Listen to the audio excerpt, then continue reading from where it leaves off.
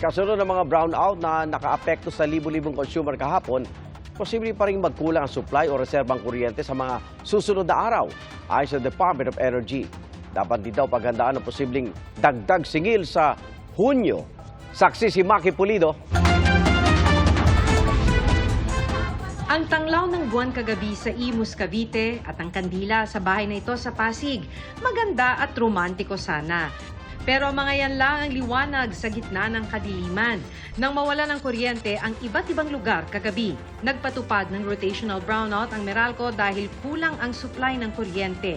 487,000 customers nila sa Bulacan, Cavite, Laguna, Metro Manila, Pampanga at Rizal ang nangapa sa dilim ng 1 hanggang 1.5 oras. Damay pati ilang maliliit na negosyo gaya sa Quezon City na napilitan daw magsara ng maaga. Nanghinayang kasi sayang din eh. Mabilang pa ako ng 5 tray. Dahil gabi ang power outage, hindi na rin naasahan ng Interruptible Load Program o ILP kung saan napupunta sa grid ang kuryenteng sobra o di nagagamit ng malalaking negosyo.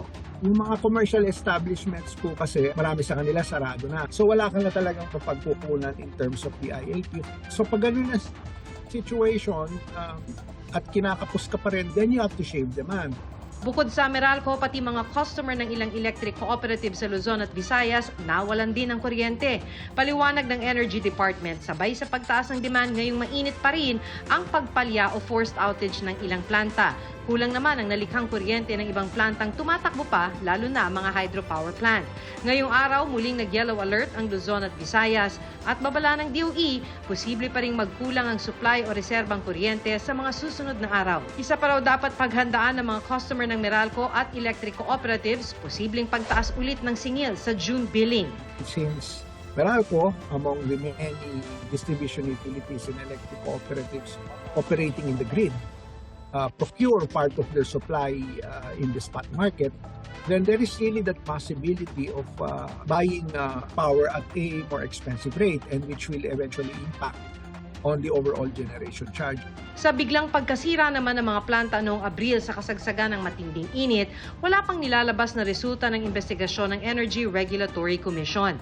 Mag-iinspeksyon naman daw ang DOE sa mga plantang palaging pumapalya o sira hanggang ngayon. Hahanapan namin kung ano talaga yung mga posibleng naging causes ng kanilang outages. Para sa GMA Integrated News, Maki Pulido ang inyong saksi.